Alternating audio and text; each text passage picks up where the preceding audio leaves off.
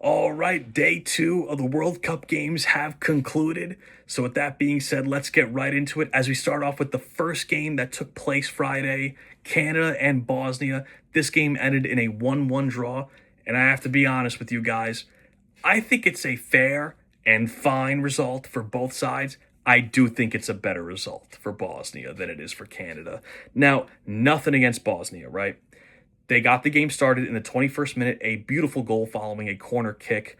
Ivan Basic, he took the corner. Kolasinac, he headers it towards Lukic. Lukic fires it home with the header.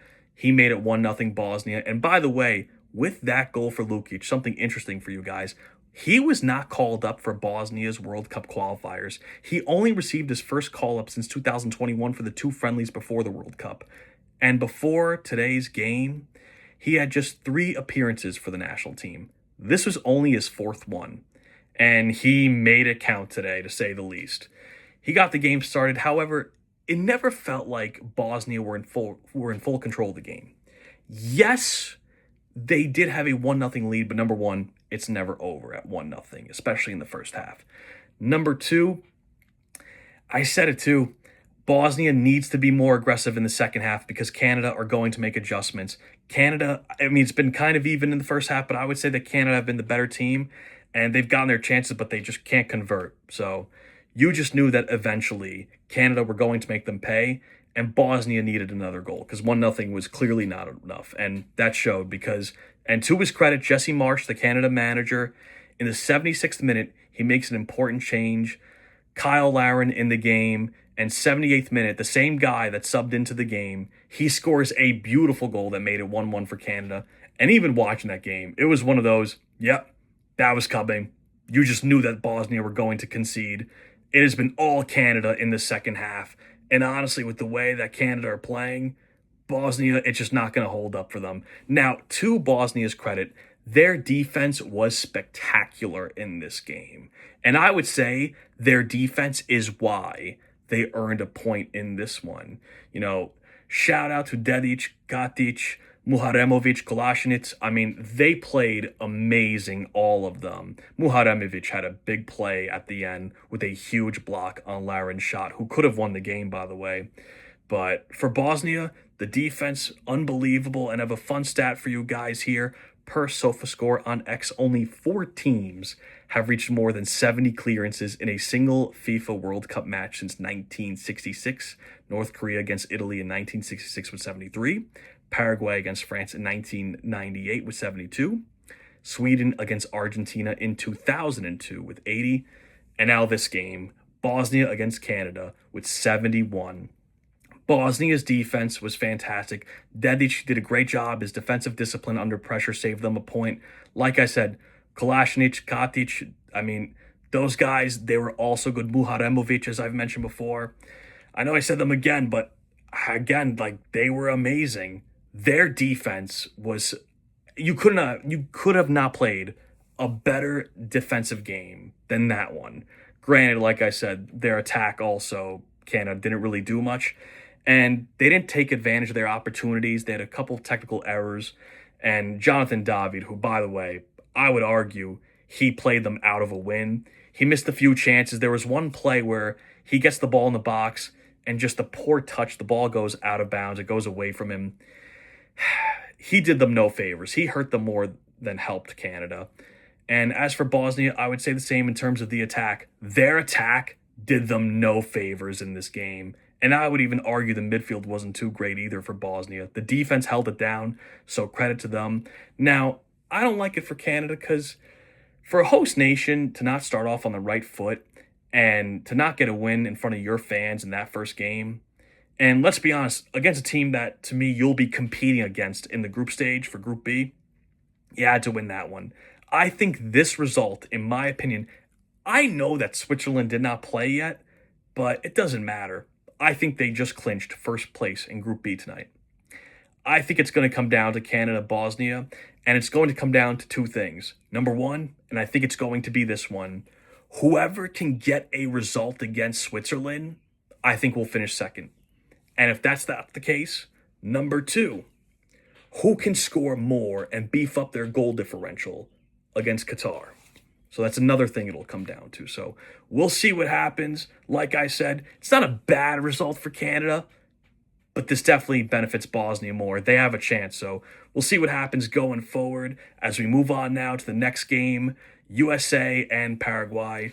And by the way, before we continue, actually, let me stop myself right there. A huge congrats to Canada on this one per Touchline X with a 1-1 draw to Bosnia today. Canada have won their first ever World Cup point. The Canadian national team hadn't won one single point previously. So congrats on the point, but is it good enough? Don't know.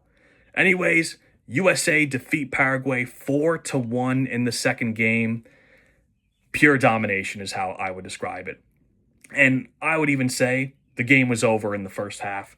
I mean, the first goal, which was an own goal, by the way, it was a nice play. The buildup was nice. Pulisic cutting through the Paraguay defense, slips the ball to McKinney, and then the own goal happens 7 minutes into the game. And right there, it just felt like Paraguay are already on the ropes. US, they have come to play. And credit to Pochettino, by the way. He's a very good manager. He did well at Tottenham. He was fine at Chelsea. A guy that has experience managing in Europe and specifically the Premier League. He had the right tactics. He had the right game plan. He got them ready to play. Honestly, to me, this game showed me that in one game, you already see their potential, and that Greg Berhalter, he held them back. Pochettino got the best out of his players today. Like I said, I don't know what he was telling them or how he prepared them, but kudos to him. I have to give him full credit. But anyways, with the own goal, per Opta Joe on X, by the way, the U.S. men's team has benefited from 4 own goals in the FIFA World Cup. Only France with 6 have benefited from more. So the U.S. with some own goal magic. And then this was the best part. This to me was not a ball don't lie moment, but a feel good, like a I got redemption moment. 28th minute, Balogun scores. However, he's offside. He has a goal ruled out, obviously. 31st minute, Christian Pulisic, who, by the way, just cuts through that left side, makes a beautiful run down that left side, to be exact, actually, and then passes it to Balogun, who finishes it off 2-0 USA in the 31st minute. And even watching that, man, that left side for the U.S. is lethal, and Pulisic is having himself a game. Paraguay have no response. Now, even like I said, even watching that game, is it USA are this good, or is Paraguay, especially the defense, this bad? I think it's a mix of both. I kind of want to lean towards more so USA are good, but for Paraguay, that's just inexcusable. And then right before halftime, literally the last play, just unbelievable. Malik Tillman, and credit to US, by the way, they kept on coming. They wanted that third goal. They wanted the fourth goal. They wanted it all. Malik Tillman delivers a beautiful ball, a long ball to be exact, to Balogun, who makes a nice move past the defense for Paraguay and scores just a superb goal. And I would argue it's either that or the goal that I mentioned yesterday is the goal of the tournament so far to make it 3-0 USA right at halftime. And right in that moment, I thought, well, this game, I think it's over at halftime. That's it. I mean, they are in complete control. Paraguay have no answer. This U.S. team, they have a ton of speed. And honestly, it helps when you have that type of speed because you could speed up the game and it works in your favor, obviously. But it's not just that. And like I said, the left side, you have the right side, Dest, who had a great game as a right winger. I mean, the U.S., they outplayed them. They outworked them in every aspect of the game. Physicality, dispossessing them, having just possession in general, right? Offensive chances, the midfield, and by the way, one of the most underrated midfields, honestly, I'd argue the most underrated midfield in the world. Tyler Adams, Weston McKennie, Malik Tillman, a beautiful game from them. They had Paraguay in their pocket. But regardless, despite giving up that goal in the 73rd minute to Mauricio, which was a consolation prize, let's be honest, they did let their foot off the gas pedal a little bit, USA, but they still had control. And then to cap off an amazing night, Gio Reyna, just a beautiful goal. Take a bow, young man. That's all, folks. A huge 4-1 win for the United States. 3 points to kick off their 2026 World Cup campaign. They're a dark horse. I mean, let's just call it how it is. They can make noise in this tournament. And if you're not going to make noise in this tournament, I'd be disappointed. Quarterfinals are bust, if I'm being honest, for the United States. This team has talent. They have quality.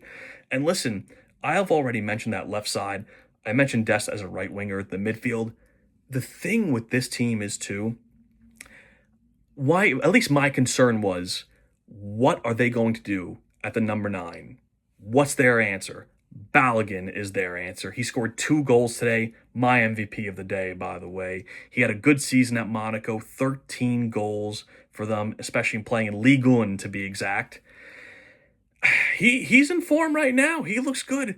And if US can keep consistent, then they are a dangerous team to play. And by the way, with their 4 goals, this is the first 4-goal outing for the US men's squad in a FIFA World Cup. And also another banger of a stat for you guys. The US men's team has won a FIFA World Cup match by 3 goals for the 3rd time, with the previous 2 happening in 1930. Both 3-0 against Belgium and Paraguay. And for Balogun's brace, per ESPN Insight, he is the first US men's player to score a first-half brace in the FIFA World Cup since 1930. A great game for Balogun, a great game for United States all around. And like I said, the fact that that goal you conceded in the 73rd minute, which was again, a consolation prize, is the worst thing to happen. I mean, that just goes to show you how complete their performance was. Pochettino might be getting the best out of these guys. And they could definitely make some noise, like I've said before. And like I said, they're my pick to win Group D. Turkey are a good side, but this U.S. team, they are something special. And as for Paraguay, I think this sealed their fate, by the way, as a last-place team in Group D. You lose 4-1, your goal differential is -3.